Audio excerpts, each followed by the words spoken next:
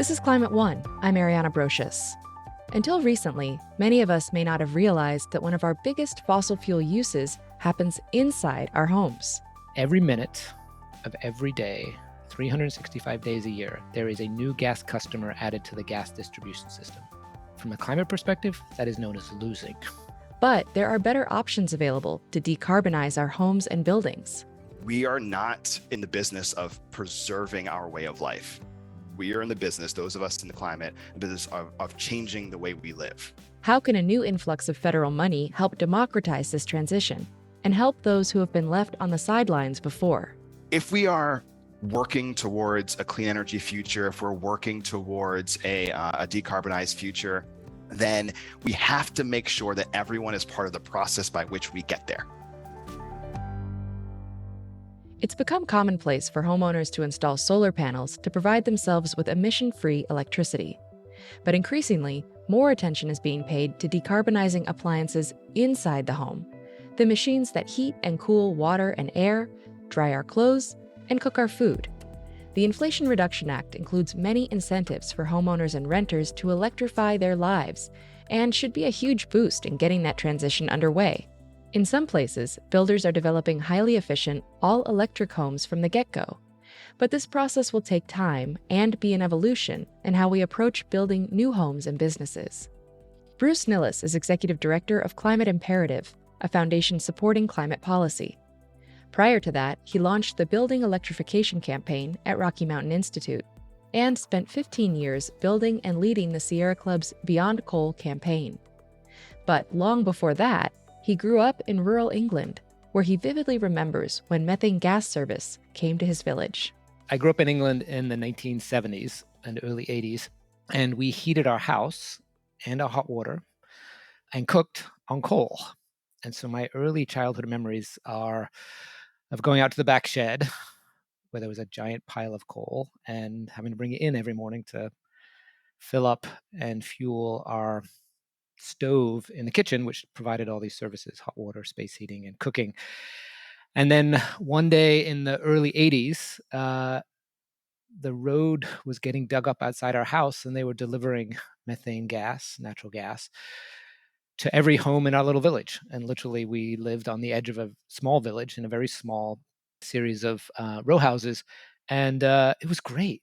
It was this moment where I felt liberated because I no longer had to go out to the back shed to get coal.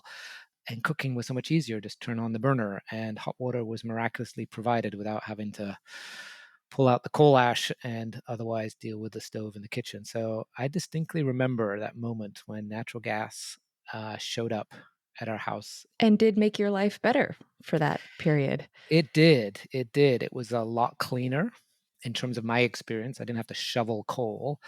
Didn't have to take out the ash in the morning because, boom, the gas burned and didn't see where the pollution went. And so it seemed like progress. It seemed like progress from where we had been.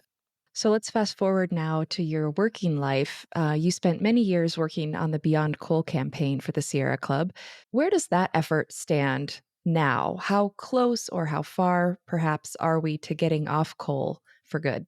So I've had the great pleasure for much of the past 2 decades working on what ultimately became the Sierra Club's Beyond Coal campaign, which was a nationwide effort to first stop the construction of a bunch of new coal-fired power plants, going back to the presidency of George Bush and Vice President Dick Cheney. They tried to build and facilitate the construction of nearly 200 new coal plants, which was this remarkable shift in U.S. energy policy because we hadn't built any coal plants basically in 2 decades.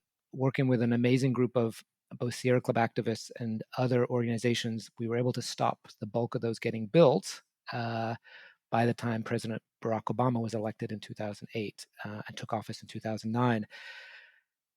And of course, despite our best efforts, the coal industry blocked Congress adopting any kind of climate legislation in 2011, 2012.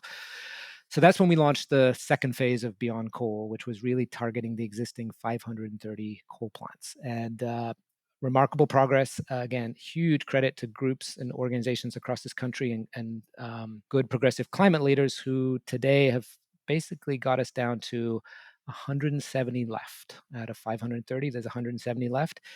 It is by far the biggest piece of carbon reduction that the US has accomplished. By far, it's about 1 billion tons of reductions over the last 20 years. And it's also opened up huge market share for clean energy.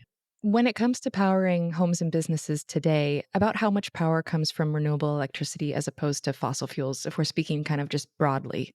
So this year we will pass an amazing milestone. Coal used to be 50% of our electricity back 20 years ago. Today, renewable energy this year will eclipse coal for the electricity coming into our homes. So it's an amazing milestone, the day that many skeptics said would never come. Today, we're at 22% of our power comes from wind, solar, and hydro.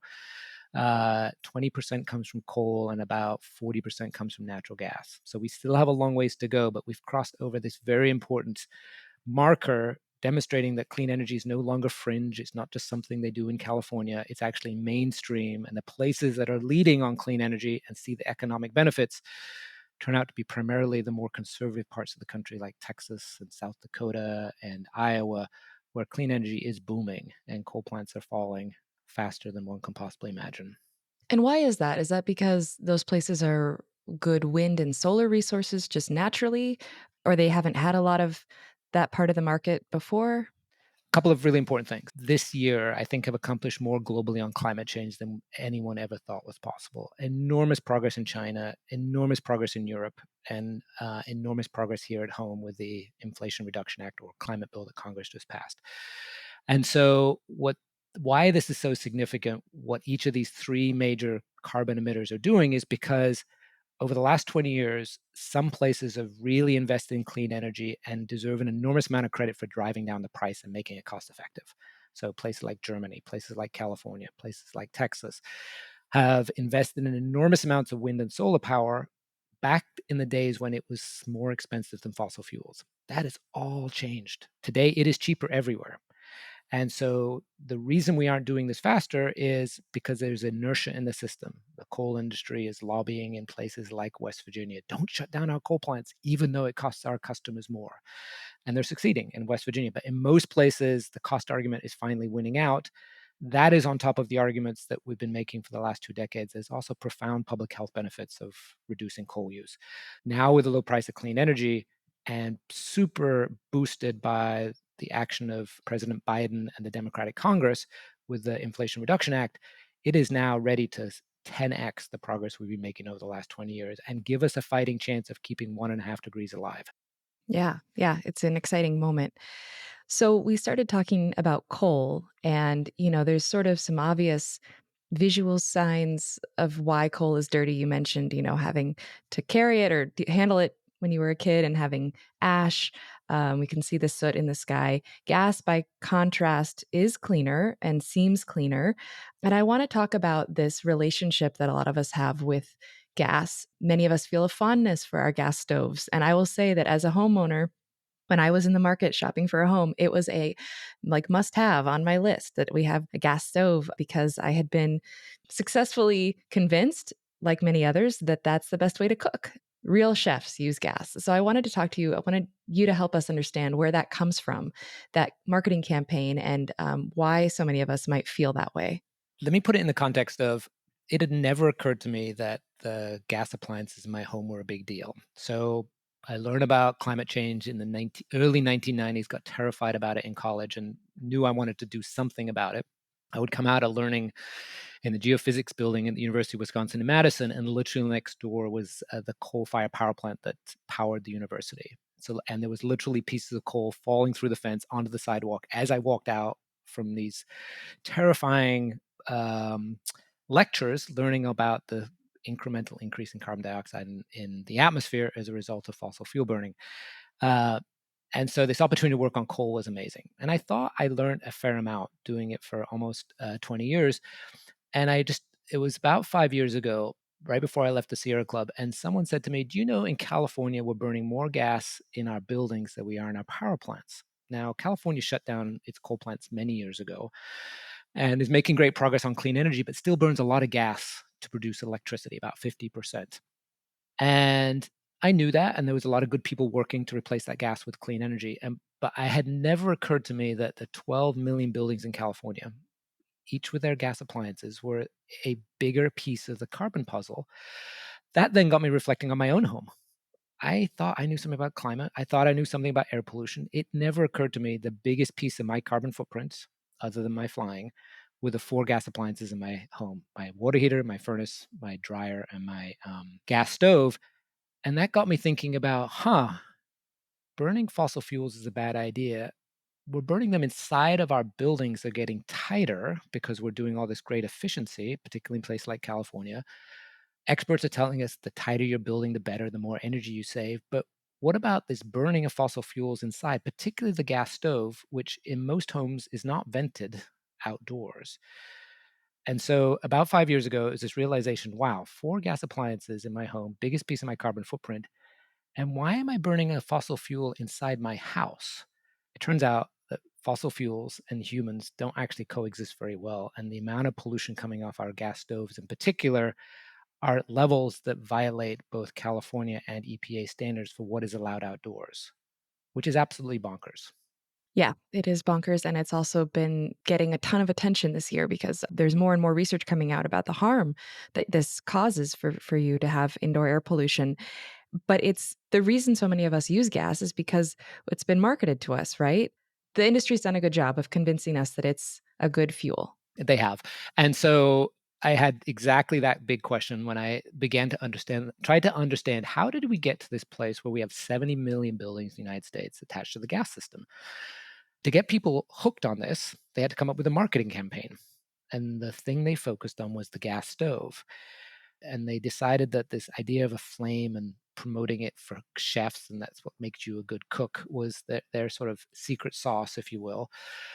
And then a couple years ago, I was down in Alabama, of all places, talking to the local electric utility, who happened to mention in passing, I hate the gas utility. And I was like, say more.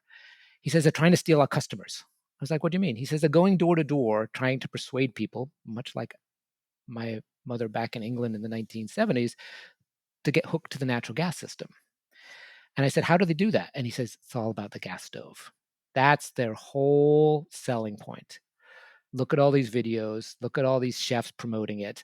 And they have done, and there's some terrific videos on YouTube that sort of recount this history, some very painful moments in the sort of advertising history with rap songs and other things they did to promote gas. But it's been very systemic.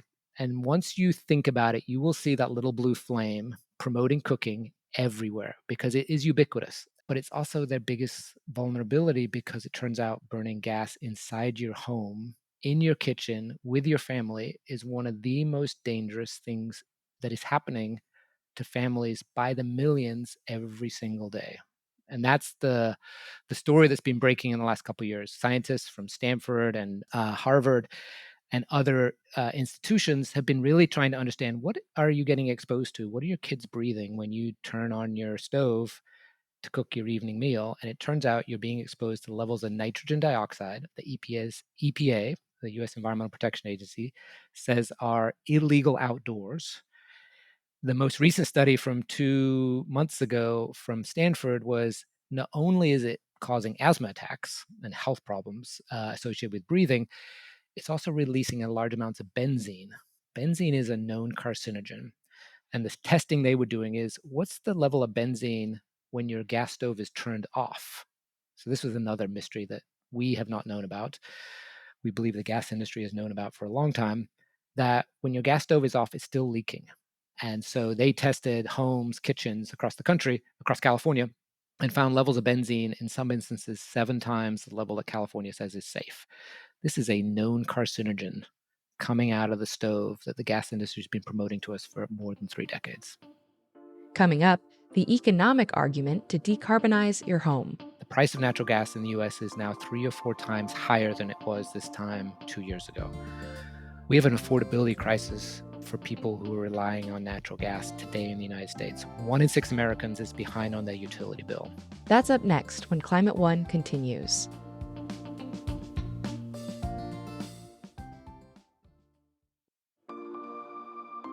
Let's get back to my conversation with Bruce Nilles, Executive Director of Climate Imperative, about new research on the harms of burning methane gas inside your home. You were involved in getting the city of Berkeley to ban new methane hookups in buildings.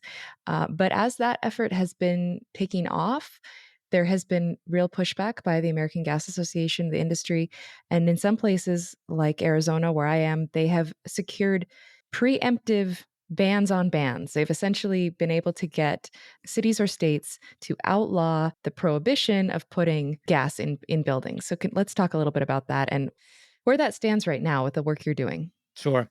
The American Gas Association touts on their website that every minute of every day, 365 days a year, there is a new gas customer added to the gas distribution system. Every minute of every hour, 365 days a year. It's about 500,000 new gas customers every year. From a climate perspective, that is known as losing. So you have all these cities and states trying to do good stuff. Berkeley had passed a resolution declaring a climate emergency, which is important. It's ratifying the science. Yes, we have a climate crisis. And they were trying to work out what to do. And it was in that conversation with a couple of members of the city council, they were looking at, well, where are the emissions in a city like Berkeley? Or in most cities, it's two places, buildings and transport. So cities give approval in most instances, in most states, to new buildings. So literally, Berkeley was handing out permits on a regular basis for new construction, new buildings, apartment buildings, and single-family homes with gas service, i.e. making the problem worse because you're literally locking in carbon emissions for the next 30, 40 years. So that was this aha moment where, well, why doesn't the city just say no? We're not helpless. Let's do something. And it was then we realized, well, this is something we can do in many places. And it's snowballed. And now we have San Jose, the 10th biggest city in the country. We have New York City, the number one city in the country. Chicago's looking to do it next. LA is about to do it as well. And now we have entire states like Washington who have prohibited the use of gas in new buildings across the board, residential, commercial. So the natural gas industry has not sat by idly. They've realized that we're trying to take away market share to fix the climate problem. And so has responded, no surprise, just like the fossil fuel industry did when we came after coal plants. And they are going to the folks who are politically aligned with the fossil fuel industry and who are oftentimes naysayers on climate change. And that is a suite of primarily Republican-led states who have been, despite their public statements about believing in local control, and are always the first to talk about local control the moment the federal government tries to do anything, are stripping cities of the authority to do anything. And it's not a surprise. The 17 states now, it's the same states that have banned minimum wages, who have banned the ability of cities to have building codes, cities to do something about building efficiency. So it's the same pattern you see across Tennessee, Mississippi, Arizona, where the fossil fuel industry has been heavily invested in electing state officials. Their latest ask of those elected officials is to prohibit pesky city leaders doing something about gas use in buildings. Two pieces of good news. One, ultimately, this will get resolved nationally, like most big environmental issues do. And it turns out most of the gas is being burned in blue and purple states because gas use in buildings largely tracks population. And it turns out most large population states, with the exception of Texas and Ohio, are very on the more progressive and climate minded. So California burns about 8% of all the gas burned in buildings. New York State is 10%. Add in Illinois, you're at 25% of the building gas use in the country, 3 states. So, in places that have passed those bans, what else can be done to decarbonize buildings? Are there ways to kind of work around that? There are a ton of opportunities. The primary one is that in the Inflation Reduction Act, there is a ton of money to help homeowners not only get electric vehicles, but for purposes of their home, invest in electric efficient appliances. So there is a ton of resources flowing from the federal level to help people in whatever state transition from fossil fuels to electricity. So if you're a city in a state where the state legislature is making it very difficult for you to act on climate from a regulatory perspective, you can still help set up programs that are helping your residents take advantage of these federal incentives. And that's really important because right now is actually starting to feel a lot like it was in the 70s. There was rising electricity prices because the form of electricity in California back in the 70s was nuclear, and it was turning out to be very, very expensive. With the war in the Ukraine And the fact that the US over the last several years has dramatically increased the export of natural gas. The price of natural gas in the US is now 3 or 4 times higher than it was this time 2 years ago. We have an affordability crisis for people who are relying on natural gas today in the United States. 1 in 6 Americans is behind on their utility bill. And it's about to get a lot worse because our utility bills are going to go even higher this winter. So we have an opportunity to address both an affordability crisis and with federal resources, particularly the new grant and tax credits in the Inflation Reduction Act, to help people both address that climate footprint, but also get out of this trap of very, very expensive fossil fuels. So, as a consumer, what should someone target first if they want to try to get gas out of their homes, whether they're a renter or a homeowner? What should they try to go after? The first thing I would get rid of is the gas stove. The science is rock solid, but the piece that the sort of story that just sort of brought this all home to me is there's a researcher who did some of the early work in Baltimore in low-income housing with asthmatic kids, and she was at Johns Hopkins, and she's a pediatrician. She says, I can tell you when a parent last cooked based on when the child uses their inhaler, their asthma inhaler. Now, I don't know if you know any loved ones with asthma. It is a horrifying, there's nothing worse than seeing your loved one go blue from not being able to breathe with asthma. And the notion that researchers like her, distinguished researcher from Johns Hopkins University, has been documenting that children are being exposed every time their parents turn on a gas stove to asthma attack inducing levels of air pollution, and our regulators have stood by, is a crime. And that falls squarely at the feet of the gas industry, to who this day will put out press releases saying, well, no federal agencies ever said that gas stoves are particularly harmful to public health, when they know from their own studies and all the stuff that's out there that gas stoves are exposing millions and millions of children and adults to levels of air pollution that would be illegal outdoors. So, clear incentive for someone who wants to get gas out of their home. Start in the kitchen. Start in the kitchen. Consumer Reports, the very trusted voice that rates appliances and a bunch of other things, they've done a bunch of great work looking at the induction cooktops. And when they look at what are the best cooking stoves out there, consistently induction, all electric efficient induction is their top choice. Induction cooking is so much of a better experience. It's awesome. It heats water so fast. It's clean. It cleans up so nicely. It's sort of like an electric car. If you've ever had a chance to drive one, once you're in it, you're like, I don't miss the noise. I don't miss the smell. I don't miss going to the gas station. So it is worth the investment to work out if you have the means. It can be very hopeless thinking about climate change. It seems very big. What can I do as an individual to shut down a coal plant or a gas plant or clean up the steel mill in Pennsylvania? This is something I can do locally.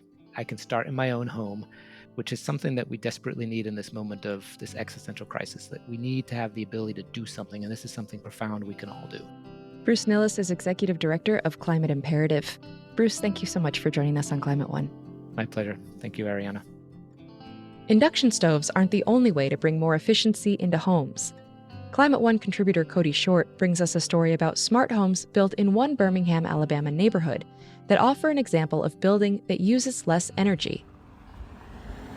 Last May, Bertina Robinson was driving on First Street South and discovered the homes that are part of Live on First, a new affordable housing development. Now she lives in one of the houses. This is a smart system house. I can lock my doors from my phone. I can turn my heat on from my phone. I can turn my air on from my phone. Live on First is a group of 3 smart, highly energy-efficient modular homes in the Titusville neighborhood of Birmingham. These homes are the first set of such homes built by Navigate Communities in the city. The organization, a subsidiary of the county's housing authority, is taking a modern approach to affordable housing. Nearly 25% of Birmingham's residents live in poverty. Titusville is on the outer edge of the downtown area, and in the last year, there have been some new developments and reconstruction of older homes. As people continue to move into the core of Birmingham, some people say that Titusville is next for redevelopment. We address gentrification by making sure we target the people that we target, and that's not the folks that are making, $80, $90, $100,000. Not that that's not anything wrong with that, but in this particular element of our work, it's those folks that are just, $40,000 to $60,000 a year. Navigate Communities CEO Lisa McCarroll says the smart homes are targeted at people who can't typically afford a home or spend all their money on starting costs and pay expensive utility bills. According to Alabama Power, smart homes are 35% more efficient than standard Alabama homes being built today.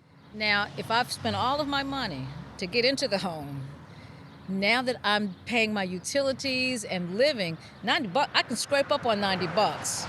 Scraping up on $300, that's a little bit harder to do. Alabama Power, the region's largest power company, is providing energy-efficient upgrades and smart home equipment to the Live on First homes. The utility company is also involved with several other market-rate smart communities across Alabama. Smart home resident Bertina Robinson, who works full-time at Walmart, says her power bill has never been more than $80 a month. Plus, she can tell her home is energy efficient when she walks through the door. Like, say I cut my heat off, when I come home, it's still warm inside my house. And also, my light bill is very low. Jason Kirby leads the Sustainable Smart Cities Master's Program at the University of Alabama at Birmingham. He says while there may be a learning curve for the public to adopt modular smart homes, that kind of building is the way of the future. Modular homes can be built in any size. It doesn't limit you to square footage. Modular homes can sustain most weather conditions just like a traditionally built home. They use the same materials and must pass the same regulations. The biggest difference is that modular homes are built in a factory, which saves energy. They are then shipped in segments to the building site where they are assembled. A traditional home that's built on site requires a lot of waste removal and a longer build process. According to Navigate Communities, construction accounts for 61% of the home price, which is why modular homes are more affordable. Kirby says historically, the construction industry hasn't been very focused on sustainability or environmental impact. But with techniques like modular building, that's starting to change. Trying to build smarter, using better materials, using more energy efficiency, and overall just trying to improve both the human aspects and environmental aspects of our job. An established smart community in a neighboring Birmingham suburb features induction stovetops and heat pump water heaters and relies on a microgrid of solar and battery storage for some of its power. Kirby says while Alabama doesn't have the highest solar potential because of its cloud cover, adding solar to a building project can further reduce its climate footprint. We do get a lot of cloud cover. We have a lot of fugitive dust. It's not as efficient as it is in other parts of the world, but it does generate, after construction, essentially free power for us with no emissions. With more of these smart homes, more people of various economic means can enjoy lower energy bills and reduce their emissions while living comfortably, demonstrating that energy-saving technologies like heat pumps, induction cooktops, and solar power are no longer just for the rich. I'm Cody Short for Climate One. Cody Short is a reporter at WBHM in Birmingham. Mark Chambers is a national environmental policy leader and advocate for social justice who recently served in the Biden-Harris administration as a presidential appointee. He's currently joining the leadership effort to launch Earth Alliance, an organization to rapidly shift cultural narratives around climate action. Climate One host Greg Dalton recently had the opportunity to interview Mark Chambers at a U.S. Green Building Council conference. A lot of conversations about green building rely on technocratic language, like R values for insulation and MERV ratings for air filters. Greg asked Chambers how we could better humanize our conversations around building and sustainability. I'm a nerd. I really appreciate the specificity that comes with our values and MERV filters and knowing like exactly what the capacity is for something to operate effectively and be able to do the calcs that allow for decision making. But that is very unrecognizable to most people, and for good reason. And so I think that we do ourselves a disservice when we use the same tactics for different audiences. It's not effective. And to be honest, it is, I think, a little bit lazy. I think that we actually need to be a little bit more thoughtful about the fact that we are not just in the work of outcomes. We are in the work of process so that those outcomes can be inclusive and bring as many people as possible along the board. It's like you have to think about a much longer time horizon of this work. And I think that when we get caught in a lot of the language that is so emissions specific, it ends up being something that is very easy to tune out when we need a larger swath of the population to bend their skill sets in service of climate action. Every job is a climate job. And I live in Northern California, which is wildfire country now, almost year round. So MERV values is something I'm paying attention to, and it's nerdy, but it also has a very human, meaningful impact when you're breathing wildfire smoke. So those are sorts of things I think more people are going to be dealing with in a very personal way. Can you cite an example where you've taken, a risk or a nerdy conversation and steered it in a professional context to a more personal level? And is that something you do? Is that effective, or is that a scary thing to do? So it's scary because it requires vulnerability, and you offer an opportunity for, I think, deeper connection. And so I particularly always try to remember that we are not in the business of preserving our way of life. We are in the business, those of us in the climate, the business of changing the way we live. One example, which is I'll use, but I'm not sure if it meets the exact question.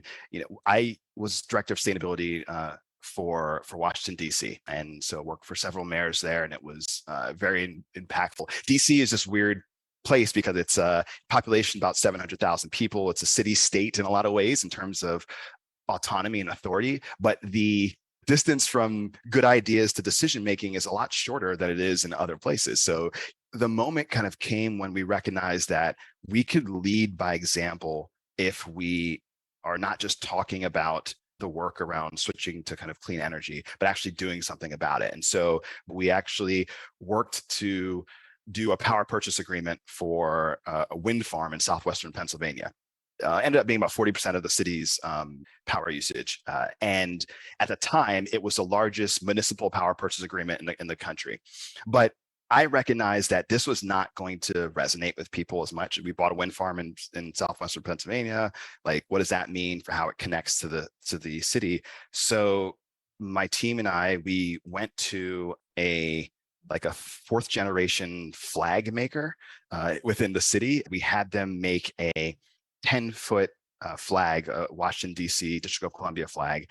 And my team and I, we drove the whole way to southwestern Pennsylvania, met with the team at the wind farm on site, and we carried and hoisted up a DC flag on the top of a windmill. And so it was important because it wasn't about kind of claiming our territory, doing whatever. It was about creating a symbol that DC could be proud of. And it was about making sure that we were going to allow for this to resonate. And one of the most consistently used photos that I've ever seen for DC government is that photo of a DC flag flying like high atop a windmill, because it allowed for them to connect themselves to something that they would never actually see in real life, but they know that their city is something that is now on the vanguard of work. And so I know that's not exactly what you mean about personalization, but I think it's about like making sure that we can connect this work to people in a way that resonates with them, and doing it in a way that is not just about the technology of how many kilowatt hours this wind farm is delivering to the city. It's about the fact that by doing so, we are taking a role in our clean energy future. Coming up, the importance of building performance standards to shift to a cleaner future. I think they're past the age of carrots, and I think they've been grossly ineffective, and so sticks are very important. We'll be right back. Let's get back to Greg's conversation with Mark Chambers, a national environmental policy leader currently involved with a new organization called Earth Alliance, working to rapidly shift cultural narratives around climate action. The Inflation Reduction Act will direct billions of dollars toward electrification, the new narrative of electrify everything. Yeah. What's different now than when the 2009 Recovery Act also directed billions toward shifting the energy with mixed results? What lessons have been learned? What's different now? Yeah, so I mean, I think we're smarter. I think that we have a recognition of the fact that the initiation of the funds are one step, but local government is where all of the magic happens, and it's where everything actually, like where the rubber hits the road, but also where you really start to be able to unpack any inconsistency or problem in like these large federal bills. So I think that we learned a lot. I mean, I worked on ARA funds when I was in DC and have seen those play out. And the reality is that cities need help to be able to demystify the kind of complexity of working and using these funds and reporting on these funds while they're also trying to implement these projects, and you have cities now that are going to be lined up to get this money. They spent 2 years recovering from a pandemic. All the projects that they wanted to start in 2020 have been delayed until now. So you're now at a place where you're trying to meet this kind of notion of like shovel ready projects. You're trying to upgrade, plans for projects that you now want to double down on, maybe like not investing in any fossil infrastructure. You might have had some laws that passed in the interim that are starting to set the tone for no new natural gas connections or some higher and stricter policies around efficiency. So cities are going to need a lot of help. And they're going to need a lot of help to be able to make sure that they're focusing on doing the actual implementation work and not as much focus on how to get the paperwork right to be able to use these dollars. So I think that what I saw with a lot of the work, I spent the last year and a half at the White House and working with agencies every single day, Department of Energy, working with HUD, working with all of the entities that really are at the forefront of this IRA work, and they get it. They've been slowly kind of building up the infrastructure to be able to have really direct connection and support services with city governments, small and large cities across the country, in a way that I think will be particularly a determinant of how this is different than the ARA funds are used. So I'm excited about what's possible, but I'm also really trying to keep my eye on the ball to make sure they are lining themselves up in the right way. Right. And there's money to go to those state and local agencies to do that, though there's another kind of education or infrastructure gap, and that is educating property owners and installers about heat pumps, induction cooktops, other equipment that formerly run on fossil fuels. There's a real education. A lot of installers, I recently went through a process of installing heat pumps and ripping out a propane tank and getting rid of the fossil fuels. Nice. And it's a curve, and it's a slog for a guy who is motivated. And then you have to have the motivated vendors and installers. Yeah, what's happening there to kind of support that this time? Yeah, I think that is right. That there's a workforce element, a training element, and a supply side element that is particularly important. I would say that what I'm kind of most heartened by is the fact that, one of the things that was a staple of working in the administration was how intent everyone was on the driving home of this connection with organized labor and unions, and making sure that they are also at the table for recognizing that there's a moment that's happening that is not going to be business as usual. And there needs to be a certain investment that's happening now to increase the workforce. And I also recognize that not all of this work that's happening is going to be organized labor, union labor. There's a lot of trades involved and just a lot of knowledge base that needs to be increased. But I do think that the significance and quantity of work that's coming down the pipeline is being heard loud and clear by those that are training the workforce to be able to do it. But this gets back to this notion of every job is a climate job. You have to recognize that we're in a place where there still needs to be more people in this field. There needs to be more people that are choosing and saying that there's an option here for me to have well-paying jobs that are connected to how we make this electrification transition, and doing that in a way that is not so daunting, and where the barriers to entry are not quite so significant. So we need to actually be recognizing that this is viable. It is something that will be in operation. That's why the IRA, especially a lot of the rebates, are in place for 10 years. Like, this is a generational shift, that they recognize that it's going to take that long to be able to build out the workforce to be able to engage in this. There's all these tax incentives now, $8,000 down. Where should someone start in their home if they're like, okay, all right, I gotta, you think people are going to start when something breaks? So I think that people will start when something breaks. I mean, I think that's just the logical path. And if you look at all of the research that's been done, for the most part, your air condition breaks in the summer, that's when you address your air condition. Same thing with your heater, same thing with your water heater, same thing with your dishwasher. And you often do it if that happens, you do it with the quickest, fastest, cheapest option. It has to be in by that weekend or before someone else in your household demands that you like either it gets replaced or you get replaced. So that's just how we operate, right? And I don't think there's anything wrong with that, because I also feel like it's unrealistic to assume that everyone either has the capacity, the funding, or the value proposition and time to be able to say, hey, I want to switch out every different component of my house right now. Fine, I get that. I do think that what's important is to make sure that when those times come with all those different pieces, we are in a place to be able to have abundant options that are affordable, and options that where you don't have to create this value proposition in order to make this decision. You don't have to be an early adopter. You don't have to be a tree hugger like we are. Like, you can actually be like, hey, I just need this to be replaced. This is the one that when I walked into this Home Depot or Lowe's, that was out front with the sale sign on, and the sign that says there's a government rebate, and the sign that says like, hey, we will deliver this for you. You know, like all of those pieces are how private sector also does their job to be able to bend, everyone's decision making towards something that is universally helpful. Also in the IRA is money to upgrade your electrical panel.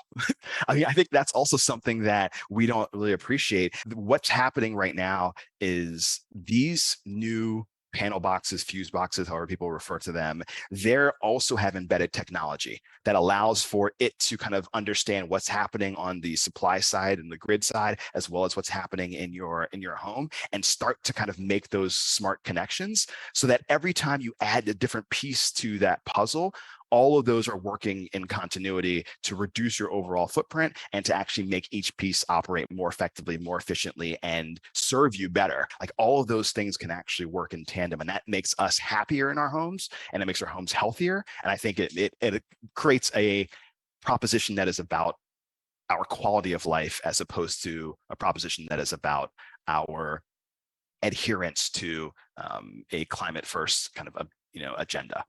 So we have this narrative of electrify everything. There's a jobs component. There's a government policy component. There's an education workforce.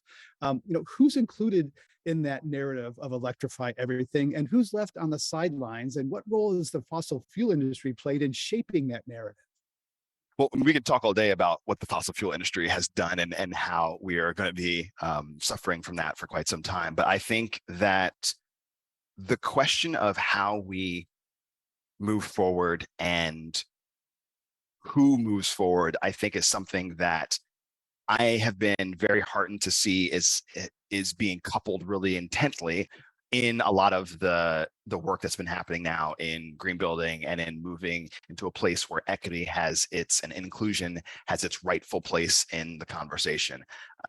I went to school in Pittsburgh, and I'm always visiting, and there's an artist named Alicia Wormsley that did a billboard in the one neighborhood in Pittsburgh, and simply put on the billboard, it said, "There are Black people in the future," and that was it, right? And it was like a comment about like how we think that we have to imagine like futures in a way that includes everybody. And it was just very simple, and it always stuck with me as being this like really potent reminder that if we are working towards a clean energy future, if we're working towards a decarbonized future, then we have to make sure that everyone is part of the process by which we get there. And because otherwise you run the risk, and which we've seen time and time again, of people not only feeling excluded from the future we're creating, but actually actively being excluded from the future we're creating. And so I think that, I remember that piece of art. I also feel like art has the ability to influence us in a very strong way. But I'm reminded of the fact that as we start to kind of develop these policies, we have to make sure that we are kind of looking at all different components of the kind of strength of our economy and our population, and doing that in a way that kind of meets everyone where they are, and doing it in a way that starts to create more incentives for those that are frontline communities, those that are most vulnerable, and those that have the most to gain from these efforts. I mean, one of the big chunks of money that you've seen in the IRA is going out through HUD as well, because it's showcasing the fact that like the work that can happen in affordable and public housing is going to be particularly important. And you'll see the biggest gains for everyone that's a part of those communities, because we recognize that like that is also collectively a responsibility to reorganize our priorities as we're shifting to this future that everyone's a part of. Well, yeah, of course, the climate doesn't care the skin color of the person that generated emissions, right? Climate doesn't care. You were instrumental in New York City's local law 97 that set building performance standards and carbon limits. The law applies to 1 million buildings that emit the lion's share of New York City's emissions, and it was a template for one of the most ambitious plans. It's spread across cities and states across the country. Owners that don't meet it get fined. We're having a real debate now in California where the state's wagging a stick, making jurisdictions build more housing. So how important is it to have sticks as well as carrots in building and decarbonizing the buildings we're working on? Incredibly important. I mean, I think that Local Law 97 is a building performance standard. That was my Everest, of working for the people of New York City. And there were a couple of things that were particularly important to me about that. Number one is that we needed to make sure that the metric we were using to establish this was a carbon metric. Like we talk so much about energy efficiency, and while that's important, the thing that's killing us is emissions, carbon emissions. So let's actually put in place the metric and measure what we're trying to actually address. And so that was a very particular kind of threshold and a source of a lot of debate in how we actually developed and put forth those carbon caps that were specific to different building typologies. So Class A office buildings have different caps than public assembly, have different caps than housing, multifamily. The other thing that was particularly important, I think, was, can we recognize that this is not just a penalizing component for building owners.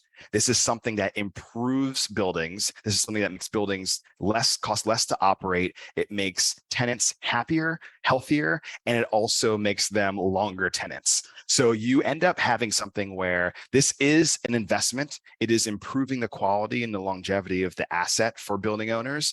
Yes, there's upfront costs, but there's always upfront costs. And so we also, at the same time we passed Local Law 97, we also passed a law to enable PACE financing, property assessed clean energy financing in New York City, so that you can take out loans that would mimic the payback timeline of your investment. So you're replacing your windows, takes 7 years of energy savings to pay those back. You get a loan from a PACE that's a 7-year loan, as opposed to some rigid standard that would not be able to be easily organized by building owners. So creating assets where they can actually access funds more readily and begin these investments, but also recognizing that not everyone has to do the same amount of work. So some buildings, it's about, you have great systems, turn them on and off the way you're supposed to, have these buildings actually operate better, and you'll be below the caps. There's some buildings where it's like, hey, you actually do need to invest and do some work, but maybe it's just weatherization. Maybe it's actually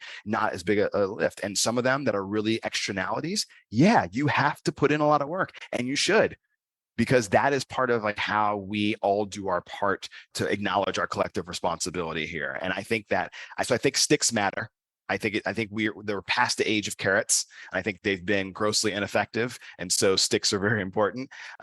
One of the key things that I was really driving when I was at the White House was also trying to expand the prevalence of building performance standards. After we did this in New York City, several other cities also developed building performance standards. Washington, D.C., Boston, Chula Vista in California, Denver, St. Louis, handful of others. And so what we did is we created something called the Building Performance Standards Coalition, the National Building Performance Standards Coalition. We got 35 or so cities and states across the country to agree that they would do the work to put in place building performance standards over the next 2 years, so that by Earth Day 2024, you were going to have a new cohort, a new swath of cities all across the country representing about 20% of the gross floor area that would then have building performance standards as part of their operating principles moving forward. And so I think that's the kind of thing where what happens in New York City, I do think matters. I think it echoes across the country and globe in a lot of ways, but it also needs help. And so one of the things that I was particularly interested in is making sure that we can have a force multiplier for good work like that, so that even though there's a lot of debate still happening in New York City about this work and how it moves forward, that's fine, but the rest of the country is moving forward as well. Yeah, similar to what California has done in other cases, and cap and trade, which is controversial, and this part of that thing. There's a lot of focus these days on decarbonizing cement and steel. And a recent episode of Climate One focused on cleaning up emissions from those emission-intensive sectors. The UN is leading a green public procurement pledge, trying to create demand pull for those cleaner building materials. But innovating in commodity markets where tiny price increases are punished is tough. So what's your take on when we'll see meaningful adoption of greener steel and concrete, which are more than 8% of global emissions, are bigger than a lot of countries? Yeah. So, I'll first acknowledge that there's a lot of people that are a lot smarter on this than I am. But I do think that where you have these minor cost increases that have significant impact in both availability and sourcing, I think even though there's a significant source of emissions, I think that you're going to see a little bit of a lag time in terms of the movement that happens within those particular commodities. I think that a lot of that, I believe, gets driven by policy. So whereas you can have innovation in spaces particularly around, different kind of aggregates and in concrete, you are not going to see the market demand, I don't think, until there are tighter restrictions about what level of kind of content is acceptable for different types of projects. And that's driven by kind of local and also by state policy around Purchasing. Yes. So I think that's one that is going to require the political and policy intervention in order to see it expedited, more so than just the innovations happening on the technical side. There are many parts of the country that have, very dirty grid. How do we electrify in those areas when it may not be a carbon win for a furnace, water heater, dryer, et cetera? To electrify everything, it depends. There's regional variation. Absolutely. But what else would you have us do, right? I think that we have to be honest about the fact that the work that is happening to clean and kind of decarbonize our grid is happening, and it's moving forward. And yes, there are a lot of variations in the supply makeup of different parts of the grid, but that doesn't mean that the housing, the building stock can't be ready for it when it does. Grid's getting cleaner over time. Yeah. The renewable portfolio standards are cleaning up the grid. Exactly. And so it's going to happen. But I also think that we need to start putting a certain amount of value in clean electrons that we haven't really kind of mastered yet. It's almost like we need to be thinking about clean electrons as currency, and then actually evaluating it in a way that is particularly akin to its benefits, as opposed to the negative externalized benefits of fossil-based electrons. So when we are in a place where we're starting to now think about, hey, it is more valuable for me to be able to pull this clean electron and use it in this other place, that exchange actually may be better if we actually put the burden on fossil electrons the way that it should. So I think we're going to see that change a little bit in a way that allows for it to have that value, even if you're waiting for your grid to particularly move in a cleaner direction faster. Your new venture is interesting, and you're working on an effort to kind of shape narratives and create cultural tipping points. So how are you going to do that, and what's the void that's created? I think of often, governments don't have a huge marketing budget to put behind messaging to shape the narrative. If the Inflation Reduction Act were, a corporate initiative, they'd have a huge communications budget. They don't have that, and taxpayers don't want them to have that. So what are you doing to create those new narratives and cultural tipping points? Yeah, absolutely. I think that you're absolutely right. There's not just recognizing what kind of government action does or doesn't do. It's also, what are they good at? What are they not good at? Right. And I think that a lot of us that have been in this space of government are just not effective and also in some ways are often not trusted in certain ways around some decision making and some prioritization. And I think that's fine.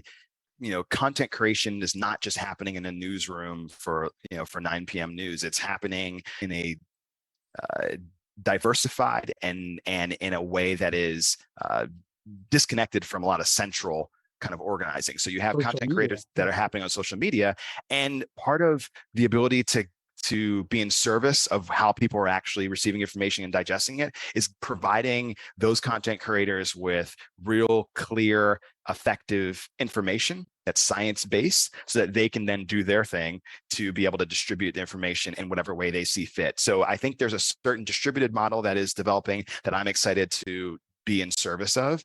And also, I think there is a model in which we are relying a little bit more on the cultural, the arts kind of community, but also the recognition that we are in a place now that I think we can effectively move people from private luxury to public luxury if we are thoughtful about that as a concept that is beneficial, both individually and collectively, and if we recognize that we all have a role to play in that. Thank you, Mark. Thanks a lot, Greg. On this Climate One, we've been talking about decarbonizing buildings and homes for a cleaner energy future. Climate One's empowering conversations connect all aspects of the climate emergency. Talking about climate can be hard, and it's critical to address the transitions we need to make in all parts of society. Please help us get people talking more about climate by giving us a rating or review. You can do it right now from your device. You can also help by sending a link to this episode to a friend. By sharing, you can help people have their own deeper climate conversations. Greg Dalton is our host and executive producer. Brad Marshland is our senior producer. Our managing director is Jenny Park. Our producers and audio editors are Austin Colon and me, Ariana Brocious. Megan Basilia is our production manager. Our team also includes consulting producer Sarah Catherine Coxon. Our theme music was composed by George Young. Gloria Duffy is CEO of the Commonwealth Club of California, the nonprofit and nonpartisan forum where our program originates. Thanks for listening.